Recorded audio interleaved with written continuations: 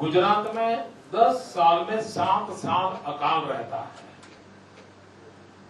Water scarcity रहती है। मेरे यहां नर्मदा के सिवाय 12 मास बहने वाली कोई नदी नहीं है। उसके बावजूद भी ये वाटर कंजर्वेशन के कारण, रेन वाटर हार्वेस्टिंग के कारण हिंदुस्तान का एग्रीकल्चर ग्रोथ 3% है। गुजरात का एग्रीकल्चर ग्रोथ 11% है। पिछले 20 साल से भारत का एग्रीकल्चर डिपार्टमेंट 4% एग्रीकल्चर ग्रोथ के लिए हर बार लक्ष्य तय करते हैं, हर बार योजना बनाते हैं। अब तक हम 3% क्रॉस नहीं कर पाए। गुजरात अपवाद है। गुजरात कभी भी एग्रीकल्चर के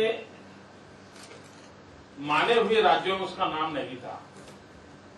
या तो पंजाब हरियाणा इलाका नाम आता था, या गंगा यमुना के प्रदेश आते थे, या गोदावरी कृष्णा के प्रदेश आते थे। गुजरात कभी नहीं था। लेकिन आज गुजरात पूरे देश में ग्रीन रिवॉल्यूशन में लीड कर रहा है, और उसका एक कारण है वाटर कंजर्वेशन। हमारे यहां ड्रिप इरिगेशन पिछले 40-45 साल में ड्रिप इरिगेशन का काम मुश्किल से 1000-1500 हेक्टेयर भूमि में हुआ था। माइक्रो इरिगेशन के बिना पानी बच नहीं सकता है।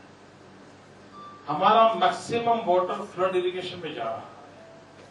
अगर हम फ्लड इरिगेशन से बचते नहीं है तो हम पानी बचा नहीं सकते। हमने ड्रिप इरिगेशन मूवमेंट चलाया। इस वर्ष हम करीब 4 लाख हेक्टेयर पर पहुंचे।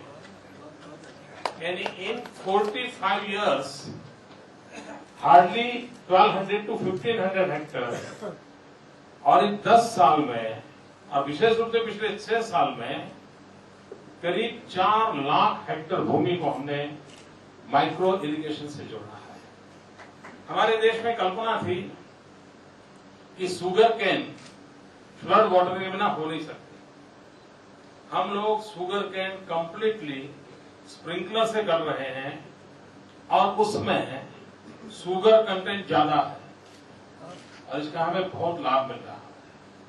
तो ये प्राकृतिक संसाधनों की और केयर करना, उसमें गुजरात ने काफी काम किया है।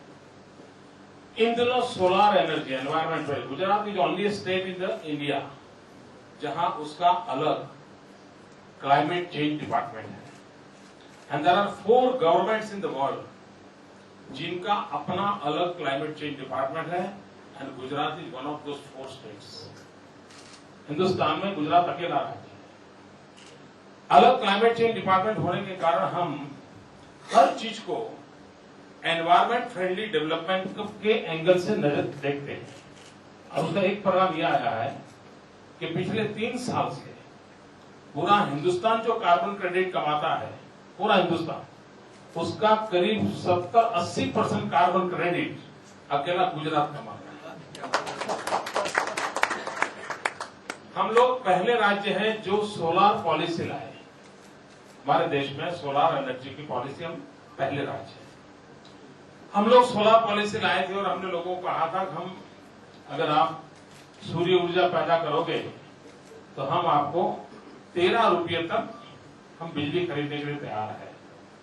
आमतौर पर बिजली मिलती है 3.5-4 रुपये में, 4.5 रुपये में। उसमें 13 रुपया कहना, तो आप जानते हैं आज का मीडिया का युग कैसा है, कितनी मेरी पिटाई हुई होगी कि मोदी अपने आप को क्या मानता है, 13 रुपये में बिजली लेगा, गुजरात का दिवाला निकल जाएगा, और बहुत कुछ कहा।